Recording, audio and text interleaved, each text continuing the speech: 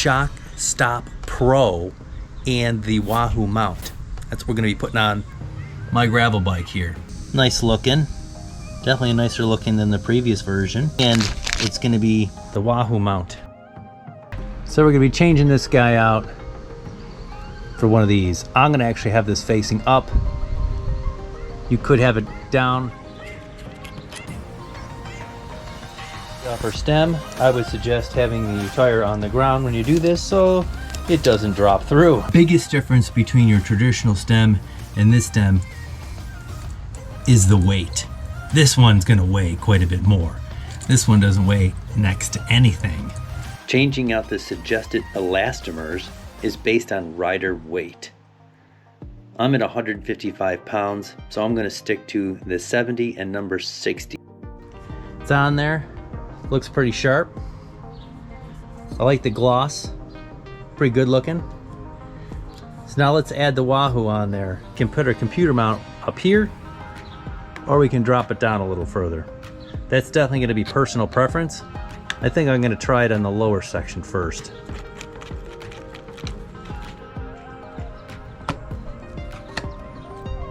I'd have to say, it looks pretty sharp. What do you think of that? I think it looks pretty good. All right, so there we go, it's installed. So this is what we're looking at. So it gives us that little movement there.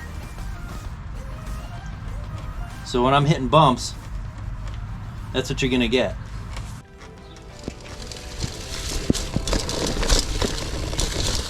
I find this to be a nice little add-on that takes away from that jar, that spike. Longer rides, you tend to be less fatigued because you're not banging away on all these roots and rocks so much. It's not a full suspension by any means. It doesn't replace that. If you're willing to sacrifice just a little bit of weight, that's a nice add-on. It really is a nice add-on. I bought that piece on the old interweb. Didn't get anything from it. I'm not getting anything from these people. I don't notice it nearly as much as the old one. The old one, what happened with the elements inside there would loosen over time.